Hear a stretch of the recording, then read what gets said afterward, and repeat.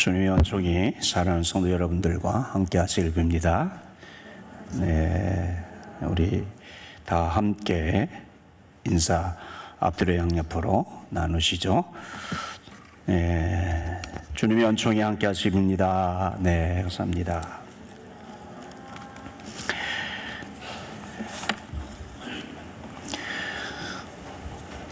오늘도 살아계신 우리 주님께서 우리와 함께 계심을 믿으시면 아멘 하시죠. 아멘, 아멘. 네.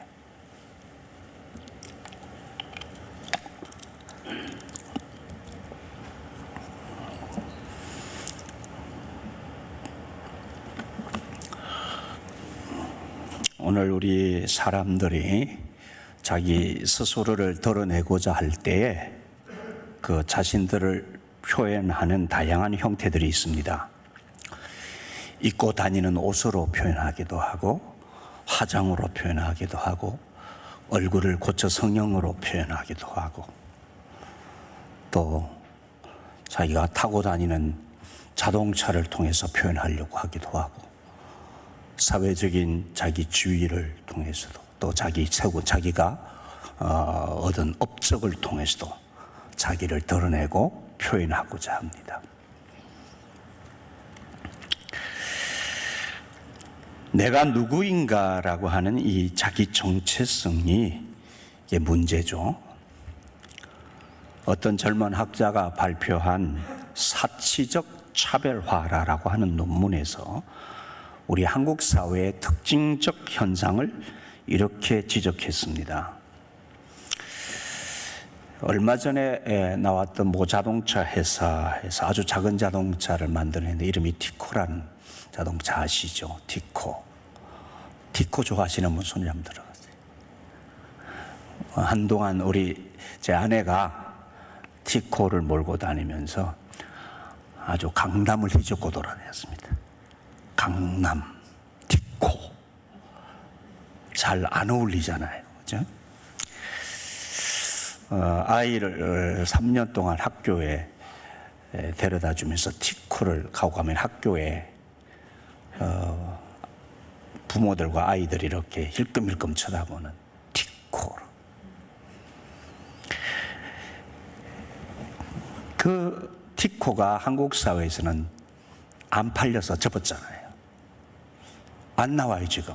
그 이유는 한국 사람들이 그 차에다가 자기 정체성을 투영시켜가지고, 아이고, 체면이 안 쓰더래.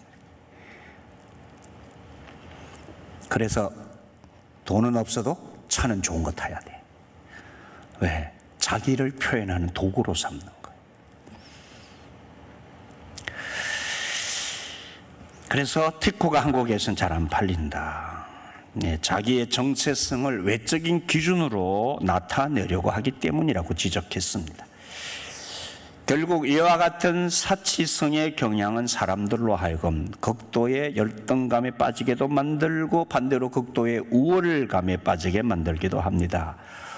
어떤 사람은 이런 가치관이나 생각으로 자기를 너무 가소평가하는가 하면은 어떤 사람은 자기를 과다평가합니다. 우리 사회가 만들어 놓은 왜곡된 가치관의 기준에 따라서 그렇게 여긴다는 것이죠. 어떤 사람은 자기는 세상에서 뒤떨어지고 낙오된 자라고 하는 하찮은 존재라고 생각하는데 그 기준이 뭐냐 그 말이에요. 그 기준이 내가 하찮은 존재라고 하는 기준이 도대체 뭐야? 그 기준이 사회가 잘못 만들어 놓은 기준에다 자꾸 자기를 갖다 대입을 시킨다. 자꾸 기다 비춘다는 거죠. 또 내가 괜찮은 사람이야, 꽤나 괜찮은 사람이야 라고 하는 기준은 어디다 갖다 대고 그렇게 생각하는 거야. 자기를 가대평가하는 것도 기준이 잘못되어 있는 거에다 갖다 대고 자꾸 그걸 그렇게 자기를 평가한다는 거야. 그게 막 우쭐대고 살고.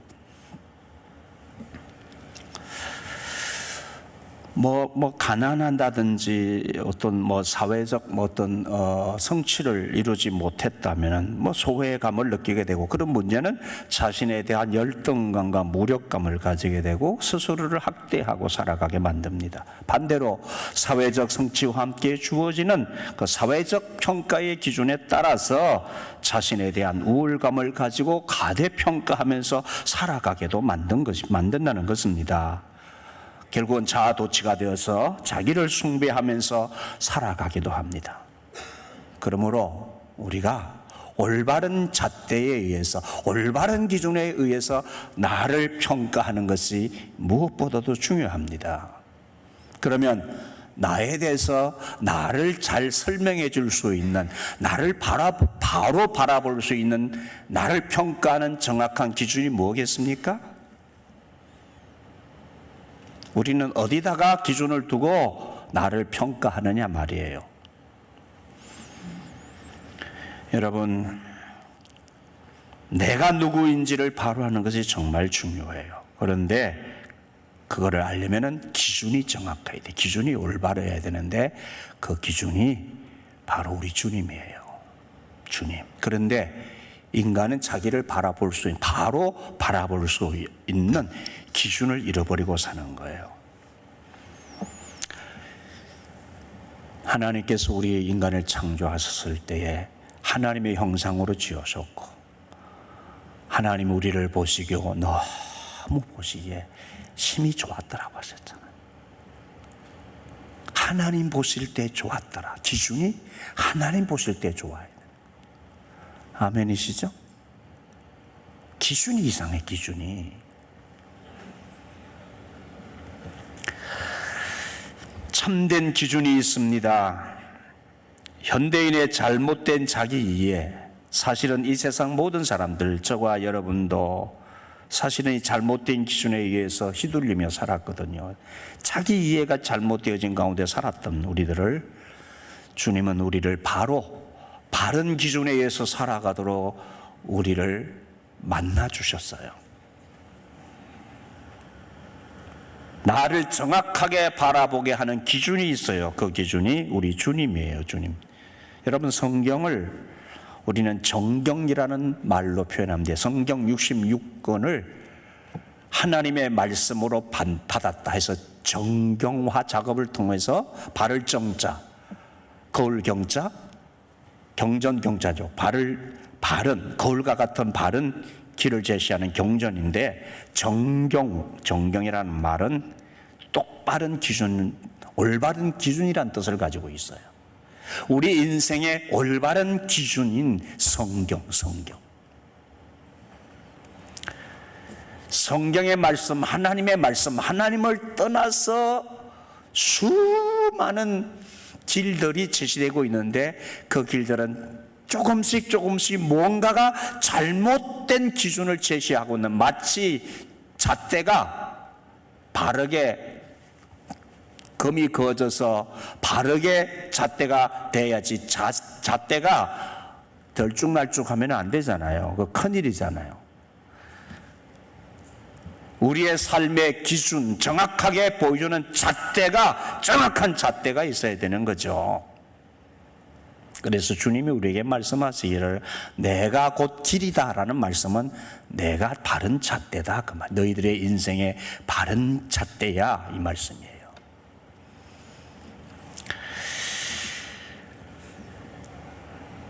바로 그 길을 알려주는 것이 십자가입니다. 십자가, 주님의 십자가. 십자가가 우리 인생의 이정표요, 거울이요, 인생의 길을 보여주는, 주님이 가신 십자가가 그 길이에요. 그 길. 여러분, 오늘 말씀의 제목이 그리스도의 십자가 곧 나의 십자가입니다. 따라서 하실까요?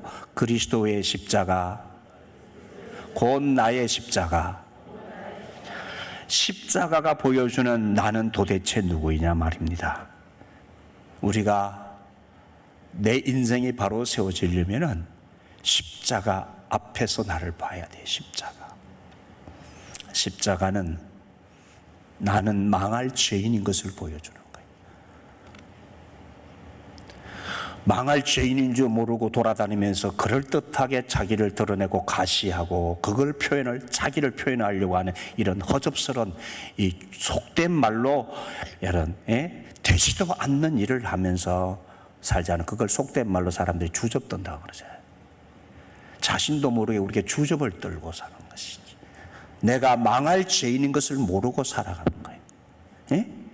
그걸 막 화장을 하고 뭐 성형을 하고 무슨 뭐 자동차를 타고 다니고 좋은 집에 살고 내가 무슨 사회적 업적을 이루고 좋은 학교 나왔다고 그걸 드러내고 살때 주접 떨고 산다는 거야. 그걸 주님이 보여주는 십자가. 너는 망할 죄인이야. 망할 죄인이야. 우리 인생이 얼마나 허접스러운 존재인지 하나님을 떠난 인간, 반역한 인간의 모습은 그 실상이 망할 죄인이라는 것을 주님께서 십자가를 통하여서 우리에게 보여주시는 것이. 이거 알지 못하면 우리 인간은 소망이 없어요. 내가 망할 죄인인 것을 알아요. 우리는 알죠? 저와 여러분이 예수님 십자가 앞에 서서 이 사실을 우리는 발견했잖아요. 아멘이십니까? 아멘. 여러분, 내가 가난하기 때문이 아니에요. 내가 사회적으로 하층에 속한 하찮은 존재이기 때문도 아니에요. 십자가 아래서 나의 내면, 내 영혼의 상태를 바라볼 때에 비로소 나는 망할 죄인이라는 사실을 주님이 보여주고 그 사실을 인식하면서부터 인간은 바른 길을 걸어갈 수 있는 출발선에 서게 되는 거예요. 허접스럽게 포장하고 살던 내 모습이 발가 벗겨지는 그 자리, 그 십자가 안에서 망할 죄인이라는 것을 보는 것이에요. 그걸 봐야 집 나간 탕자가 아버지 집으로 돌아가듯이 그걸 봐야 자기의 초라한 거지의 모습을 봐야 집을 바라본단 말이에요. 내 집 아버지 집을 바라본단 말이에요.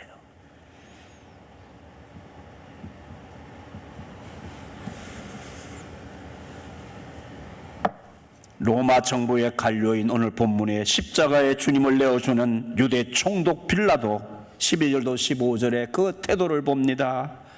정치적인 권력을 가지고 사회적 지위와 부를 누리는 상류층의 사람입니다. 이 빌라도가 망할 죄인의 운명에서 벗어나 있는 그 자가 아니라 그렇게 자기를 사회적인 것으로 드러내는 그 자가 꽤 괜찮은 자가 아니라 망할 죄인이라는 것을 오늘 이 십자가의 주님의 길을 통해서 그가 하는 행동을 통해서 그를 주님이 드러내시는 거예요. 너 망할 죄인이야. 너 유대 총독으로 있지. 너 나를 십자가에 내어주는 결정을 하는 너가 사회적 지위를 가지고 부를 가지고 명성을 가지고 살고 있지만 너는 죄인이야. 망할 죄인이라는 것을 주님이 드러내시고 계세요.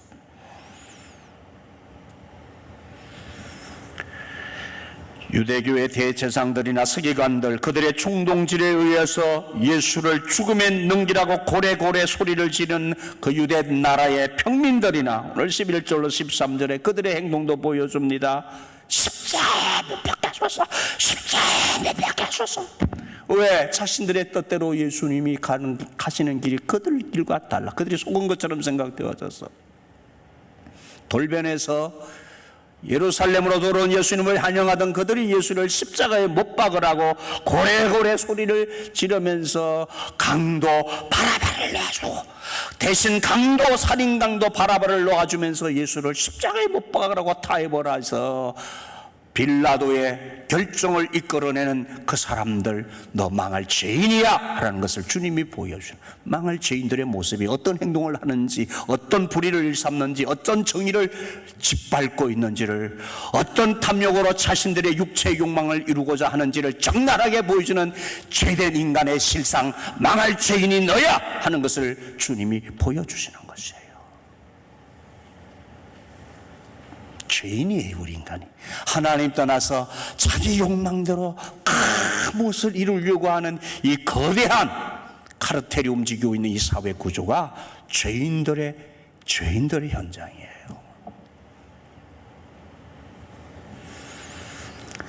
그를 끌고 가서 모질게 채찍을 가하며 조롱하다가 사형을 집행하는 로마의 군병들이나 다 인간들의 한결같은 죄악된 모습들이 바로 내가 망할 죄인이라는 사실을 주님은 정난하게 드러내 주십니다.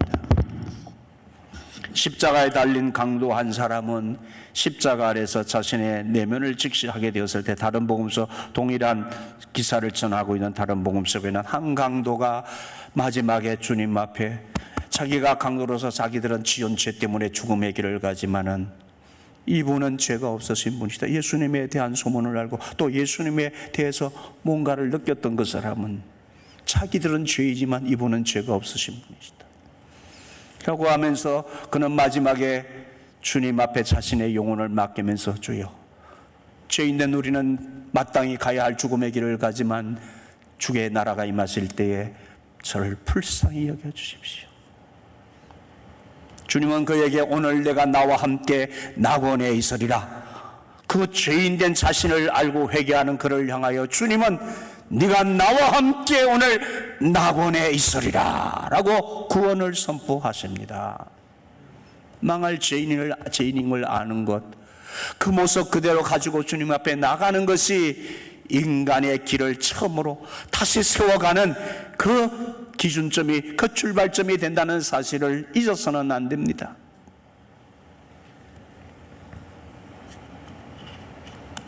십자가 아래 서 있던 백부장 한 사람도 십자가 아래서 자신의 내면을 직시했을 때에 자기는 죄인이고 예수님은 죄가 없으신 의인이라는 사실을 비로소 인정했습니다. 누가복음 23장 47절에 백부장이 그 된 일을 보고 하나님께 영광을 돌려 가로되 이 사람은 정령 의인이었도다. 이 그리스도의 십자가의 이정표에 의해서 자기를 보고 십자가의 거울에 의해서 자기를 비춰볼 때에 비로소 우리는 내가 망할 죄인이라는 사실을 알게 되어지는 거예요. 이사야 선지자가 하나님을 대면하여 만나는 때, 이사야서 6장 5절에 하나님을 처음으로 대면하여 경험을 합니다. 그에게 주님이 오셔서 그를 나타내시는데 주님의 빛 앞에 노출되어졌을 때에 그 이사야 선지는 갑자기 자기에 들어오시는 예수님, 그 주님의 빛 앞에 자신의 죄악이 딱 드러나는데 그렇게 고백을 합니다. 그냥 주님의 영광 앞에 서니까 화로다 나여 망하게 되었도다, 그렇게 그냥 확 엎드려지면서 화로다 나여 망하게 되었도다, 망할 죄인인 것을 자기가 보게 된 거예요. 주님의 빛 앞에서. 우리가 얼마나 자신의 이 모습을 모르고 겉모습 가지고 포장을 하고 수많은 위장질을 하고 수많은 거짓된 것으로 자기를 표현하고 드러내고 싶어 합니까?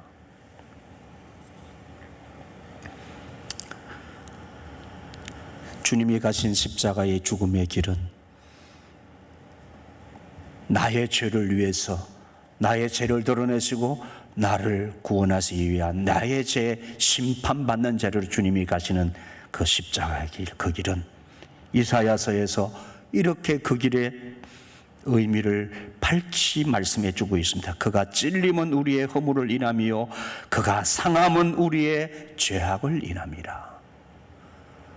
구원자 어린 양 예수께서 가실 길을 미리 보여주시는 그분의 길은 그가 찔림은 나의 허물을 인함이요 그가 상함은 나의 죄악을 인함이라.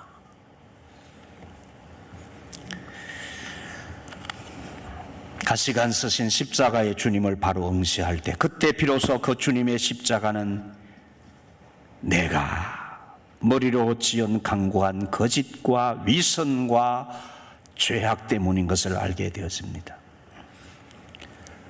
심장이 파열되어서 심장으로부터 물과 피를 쏟으신 십자가의 주님을 바로 바라볼 때에 비로소 그것은 내가 가슴으로 지은 엄난과 정욕의 죄악 때문인 것을 깨닫게 됩니다. 손과 발에 못이 박혀 피 흘리며 고통당하신 십자가의 주님을 바라볼 때 비로소 그것은 내가 손과 발을 놀리며 지은 모든 추악한 탐욕의 죄악 때문인 것을 깨닫게 되었습니다. 이렇듯 그리스도의 십자가는 내가 망할 죄인이라는 사실을 드러내 보이면서 내가 심판받아야 할 형벌의 십자가, 곧 주님 그리스도의 십자가는 나이가 져야 할 십자가, 내가 받아야 할 형벌, 하나님의 앞에서의 죄에 대한 심판의 형벌을 주님이 받으시는 나의 십자가가 되는 것이죠.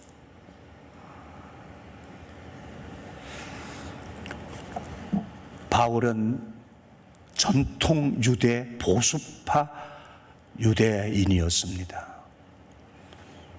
그는 주님을 만나고 십자가 앞에서 자기가 세워졌을 때에 그는 꽤나 괜찮은 사람인 줄 알고 살았거든. 자기도 나름대로 자기를 표현하고 살았어요. 율법을 다 알고 율법을 다 지키고, 그는 어릴 때부터 바리새인 중에 바리새인으로 자기를 다 가꾸고 살아면서 그 율법을 지킨 자기는 대단한 자요, 유대 사회에서 잘 나가는 유대 청년으로 정치적인 권력을 얻고 종교 지도자로서 혹은 유대 사회에 가장 잘 나가는 강남의 그런 사람들로 인정받고 싶어서 달려가던 장래 촉망되는 유망한 청년이었어요. 그 사람이 예수를 만나고 십자가 앞에 벌거벗은 몸으로 섰을 때에 그 자신을 보게 되었어요. 얼마나 초라하고 얼마나 자신이 망할 죄인인 것을 보게 되었어요. 그래서 그는 그 자신을 일컬어 죄인 중에 괴수라고 고백하고 있어요. 디모데전서 1장 15절에 그리스도 예수께서 죄인을 구원하시려고 세상에 임하셨다 하였도다. 죄인 중에 내가 괴수니라. 여러분, 세상 모든 사람들은요, 생물학적으로는 자신이 죽어야 할 존재라는 사실을 다 알고 인정해요. 안 죽는 사람이 어디 있느냐고 말합니다. 물어보세요. 안 믿는 세상 사람들 다 물어보세요. 안 죽는다고 말하는 사람 한 사람도 없어. 다 죽는다고 알아요. 그런데 정작 자신의 실존인, 자신의 실제 영적 자아로서의 자기가 죽어야 하는 죄된 존재임을 모르고 있어요. 그들이 먹고 마시는 죄와 함께 시퍼렇게 자기가 살아서 자신과 주변 사람들을 함께 고통과 죽음의 심판의 더 깊은 자리로 몰아가고 있는 그 자신의 죄와 함께 주님의 십자가와 함께 자신이 죽어야 하는 존재임을 모르는 영적 바보들, 영적 맹인들로 살아가고 있다는 것이. 그런데 그 자신들이 그 영적 바보라는 사실을, 맹인이라는 사실을 모르고 있다는 거예요. 지난 주간에 제가 우리 한 형제를 만났어요. 이 형제가 갑자기 쓰러져서, 여러분 아시는 우리 윤혜경 형제가 참 열심히 살고 자신만만하게 살던 분이었습니다. 근데 줄레로 쓰러져서 한쪽이 마비가 왔고, 3개월 조금 더 됐는데 말을 어눌하게 하고, 그 정상들 여러분 다 아시잖아요. 코로나 때문에 병원에 가서 기도도 못 해드리고 그냥 전화로 기도해드리고 그랬는데, 이번에 거의 몸이 다 돌아왔어요. 말도 정상으로 돌아왔어. 이번에 병원에 가서 얘기를 하는데 너무 정상으로 돌아온 거예요. 얼마 전에 전화해서 통화해서 기도했을 때하고 너무 달라져. 정상으로 돌아오고 몸도 많이 거의 정상으로 돌아왔는데, 한 가지 눈 시신경이 안 돌아서 한쪽은 이렇게 붕대를 하고 한쪽 눈도 잘 안 보여요. 와르르 하고 안 보여 그랬는데, 눈 시신경이 안 돌아서 치료를 안과에 가서 받는다고 해서 제가 연락을 받고 좀 만나자고 해서 병원의 한켠에서 만나서 이렇게 제가 보면서 그랬어요. 물었어요. 지훈이 아빠, 제가 무엇을 해주기를 바랐습니까? 그러니까 제가 의외의 질문하니까 설득 놀라더라고요. 제가 무엇을 해주기를 바랐습니까? 아니, 무엇을 하기를 원하십니까? 무엇을 하기를 원하십니까? 이렇게 보면 좋겠어요. 그래요. 예수님께서 어느 날 앞을 보지 못하는 맹인을 만나셨어요. 그리고 오늘 제가 질문한 것처럼 주님이 그에게 이렇게 질문하셨어요. 내가 무엇을 해주기를 원하느냐? 그랬더니만 그 사람이 내가 보기를 원하나이다라고 말했습니다. 보기를 원하십니까? 제가 잠깐 말씀을 전했어요. 보기를 원하십니까? 사모함이 있어서야 돼요. 보기를 원하셔야 돼요. 그런데 말이에요. 그런데 이 눈이 맑아져서, 육체의 눈이 맑아져서 보면 몇 년을 더 건강하게 사실 것 같아요? 몇 년을? 30년, 40년 건강하게 살면 뭐 되시겠어요? 그 후에는요? 그 후에는 주님은 그 명인의 눈을 열어주시고 고쳐주셨는데 그것은 육체의 눈만 열어주신 것이 아니라 영적인 눈을 열어주시고자 하시는 주님의 치유였습니다. 우리 지훈 아빠가 아무리 눈이 열려도, 육체의 눈이 열려도 주님을 바라보고 자신을 바라보는 눈이, 영적인 눈이 감겨 있으면 안 돼요.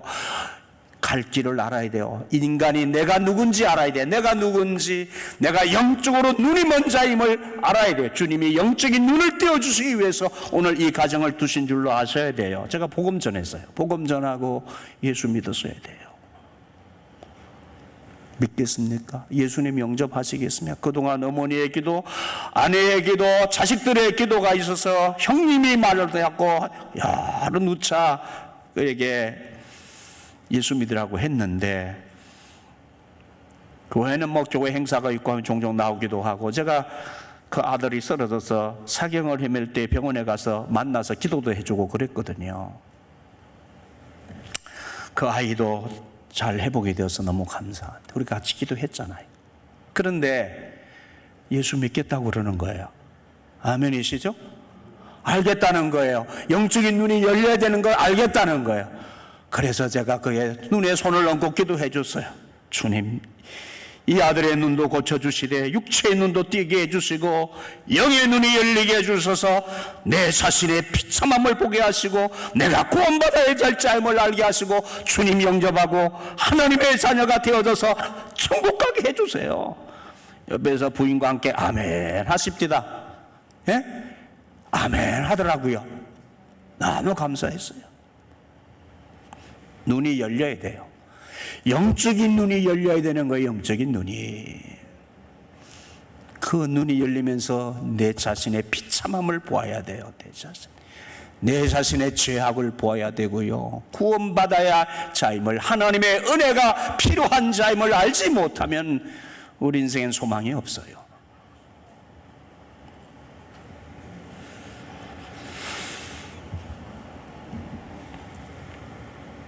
어떻게 육체가 죽는 줄은 알면서 영적으로 죽어있는 자신을 모르냐 그 말입니다. 그것을 알게 하시려고 주님이 오셨고 십자가를 지시고 가시면서 우리를 십자가 앞에 주님이 세우셔서 그런 나를 보게 하시는 것이에요.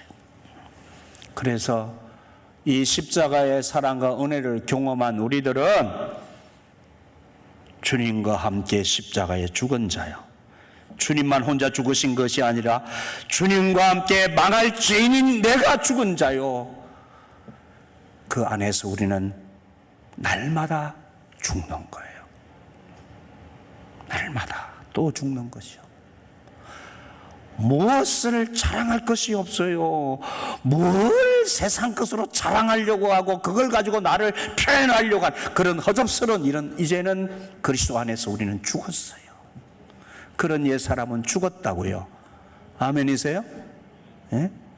우리의 자랑은 십자가예요. 주님의 은혜, 주님의 은혜만 자랑할 뿐이지 주님 안에서 발견된 나의 가치는 그리스도 안에서 나를 새롭게 하신 주님의 그 사랑 안에 새롭게 되어진 그런 내가 사랑할 것이지. 내가 얼마나 소중한 가치인지, 주님께서 얼마나 우리를 귀하게 여기시기에 당신의 생명을 내어주시면서 심판받아야 할, 하나님 앞에서 그 의로 심판받아야 할 우리의 죄악을 용서하시고 우리를 하나님의 자녀로 삼아 주셨느냐가 그 말입니다. 요한복음 1장 29절에 세례 요한을 통한 하나님의 증언입니다. 이튿날 요한이 예수께서 자기에게 나오심을 보고 이르되 보라, 세상 죄를 지고 가는 하나님의 어린 양이로다. 세상, 예수님이 공생애를 시작하시는 첫걸음에 세례 요한을 통해서 하나님이 예수님이 가시는 길이 어떤 길인가를 선포하시는데, 보라, 세상 죄를 지고 가는 하나님의 어린 양이로다. 세상 죄가 여러분과 나의 죄를 말하는 거 아니에요. 여러분과 나의 죄를 위해서 십자가를 지고 하나님 앞에 심판받으시러 가시고 우리를 다시 죄에서 구원하시기 위해서 하나님의 자녀로 삼으시기 위한 이 어린 양, 죄속의 대속의 제사, 제물이 되시러, 죽음의 제물이 되시러 가시는 예수 그리스도. 그 십자가는 내 죄 위한 십자가. 그러므로 주님과 함께 십자가에 내가 죽은 거예요. 내가 예수를 믿는다는 것은 나의 망할 죄인인 것을 알고 주님과 함께 내가 죽은 십자가가 되어야 되는 거예요.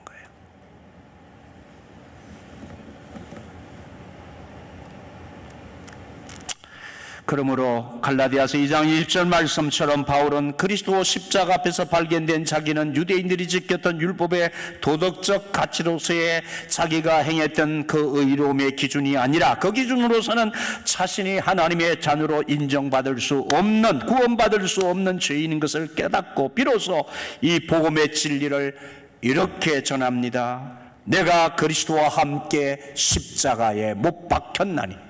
예수님 혼자 십자가에 달려 돌아가신 게 아니라 예수의 그리스도의 십자가는 내가 죽은 십자가, 내가 그리스도와 함께 십자가에 못 박혔나니 그런즉 이제는 내가 사는 것이 아니요 내 의로, 내 기준으로, 내 선함의 기준으로, 내 의의 기준으로 사는 것이 아니요 내가 율법을 지킨 그 기준으로 사는 것이 아니요 오직 내 안에 그리스도께서 사시는 것이라. 이제 내가 육체 가운데 남은 생애를 살아가는 이 육체의 삶을 사는 것은 나를 사랑하사 나를 위하여 자기 자신을 버리신 하나님의 아들을 믿는 믿음 안에서 사는 것이라. 이제는 내 의가 그동안 내가 설정해내었던 어떤 유대 사회의 기준이 아니라 그리스도를 그 피의 값으로 나를 다시 사신 하나님의 사랑 안에서 나를 구원하신 예수 그리스도 안에서, 당신 자신을 버리신 하나님의 사랑 안에서 나를 구원하신 그 예수 그리스도 안에서 내가 살아가는 것이라, 사는 것이라.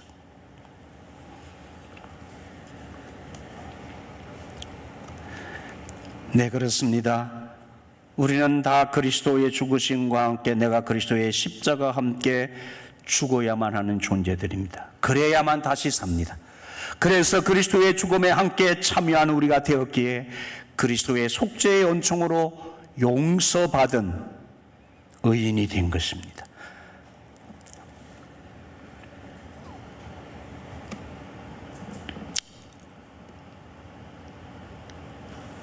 그래서 한 번 죽고 난 다음에 우리는 또 죽어야 합니다. 날마다 죽는 것은 이제 주님의 길을 따르는 자녀들이 걸어가야 할 자아 죽음의 길과 사명의 길을 말하는 것입니다.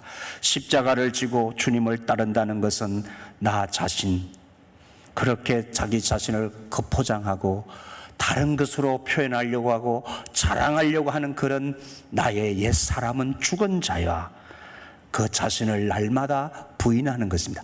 나는 부인되고 내 안에 사시는 그리스도를 자랑하고 나를 의롭게 하신 하나님의 의를 자랑하고 하나님이 나를 가치롭게 여긴 그 가치를 보면서 살아가는 거예요. 제가 이거 예수 믿기 전에 참 어렵게 살았거든요. 학창 시절에 저는 초등학교에 앨범이 없어요. 왜 없냐? 앨범 살 돈이 없어서 앨범도 없고, 중학교 들어가서 교복 살 돈이 없어서 수업료도 잘 못 내고 생활을 했었어요. 예수 믿기 전에. 그런 나는 자꾸 세상이 정해놓은 기준에 따라서 내가 비교되는 거예요. 자, 그러면 나는 하찮은 존재가 되는 게 너무 내가 왜소한 존재가 되고 가치 없는 존재로 여겨지는 거지요. 그런데 그런 내가 예수님을 알게 됐잖아요. 주님을 알게 되면서 내가 얼마나 소중한 존재인지를 알게 된 거예요. 천하보다 귀한 나라는 것은 나는 그게 실제인 것을 알아요. 그건 하나님이 듣기 좋으라고 표현한 소리가 아니에요. 우리 한 생명은 주님 안에, 주님이 우리를 다시 사신 그 피로 값주고 사신 나의 존재는 천하보다 귀해요. 천하보다, 우주보다 귀하다고요. 잘 느껴지지 않아서 아멘은 잘 한참 있다가 집에 가서 하셔도 되지만, 이게 상상을 할 수 없는 나라는 존재. 그때부터 내 인생이 달라지기 시작했어요. 내 인생이 얼마나 소중한지, 나라는 존재가 얼마나 귀한 가치인지, 그래서 나를 소중히 여기게 됐어요. 그런데 그 소중히 여기는 것은 그동안 내가 인정받으려고 하고 내가 나를 표현하려고 했던 세상적인 기준이 아니었어요.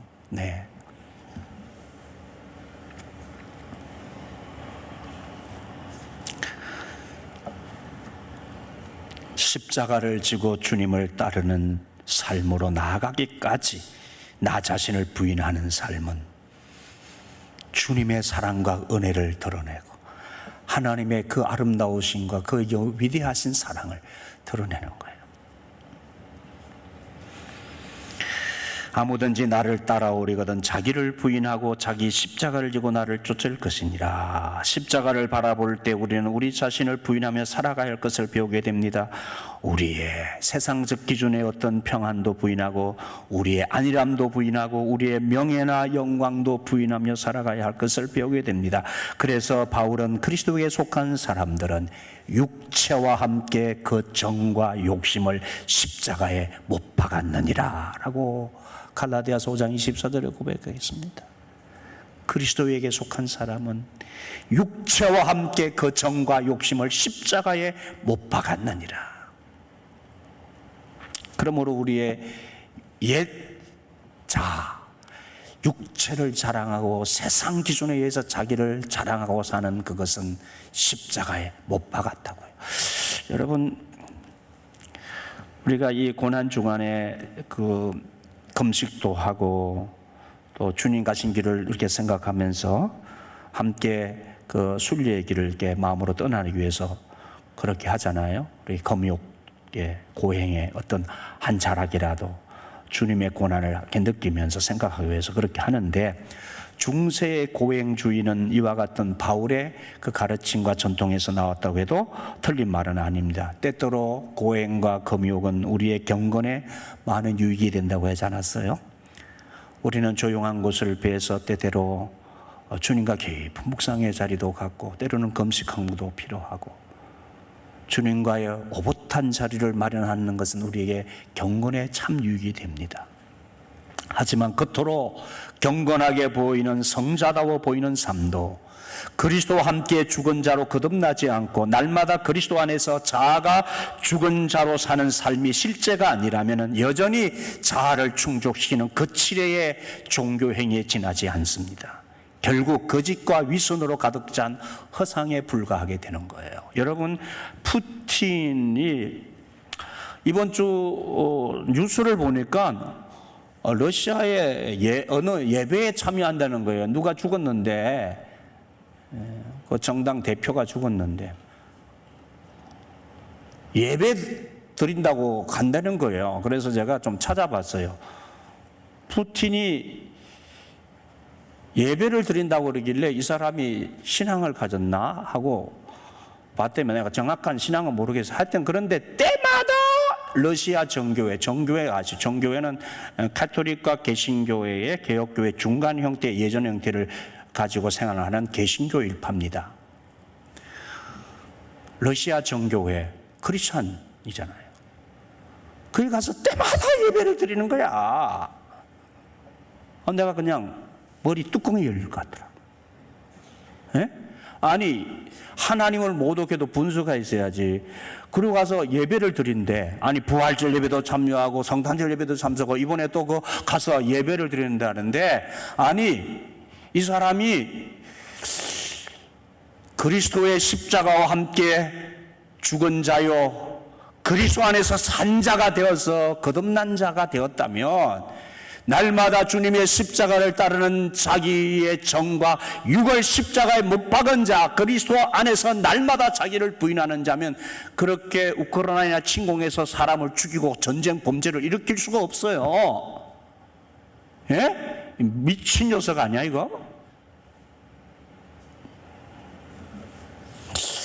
푸틴은 하여튼 오래 살지는 못할 것 같다는 생각이 들어요. 자꾸 이렇게 막 주일마다 세계에서 푸틴을 계속해서 얘기하니까 회개하고 빨리 정말 돌아와야 되는데 아니면 저게 큰일 날 게 생겼을 거예요. 이게 종교행위, 예수 이름 팔고 하나님 이름 이용하는, 자기 정과 육체의 욕망을 위해서 하나님 이름 이용하는 그것밖에 아닌 거예요. 종교행위로 가지고는 그 사람에게 하나님의 역사가 일어날 수가 없어요. 이래 온갖 악행을 저지르는데 하나님의 이름을 이용한다고요.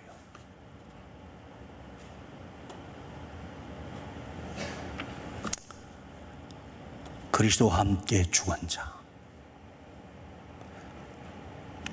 예수 그리스도의 십자가는 나의 십자가, 내 죄와 함께 내가 죽은 십자가, 내 정과 육체의 욕망이 죽은 십자가, 내 안에 그리스도께서 사시는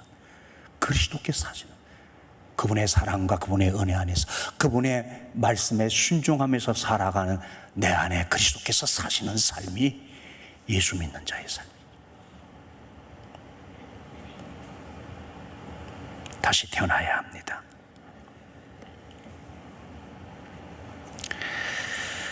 사랑을 받은 사람은 사랑의 역사를 합니다. 사랑의 가지를 치고 또 사랑의 가지를 치고 잎이 나고 열매를 맺습니다. 십자가의 은혜와 사랑을 받은 사람은 가정에서도 사랑을 베풀고 교회에서도 사랑을 베풀고 여러분의 직장과 일터에서 세상에서 사랑을 베풀게 되어집니다. 내가 그리스도와 함께 십자가에 못 박혔나니 그런 적 이제는 내가 사는 것이 아니요 오직 내 안에 그리스도께서 사시는 것이라. 이제 내가 육체 가운데 사는 것은 나를 사랑하사 나를 위하여 자기 자신을 버리신 하나님의 아들을 믿는 믿음 안에서 사는 것이라. 기도하시죠.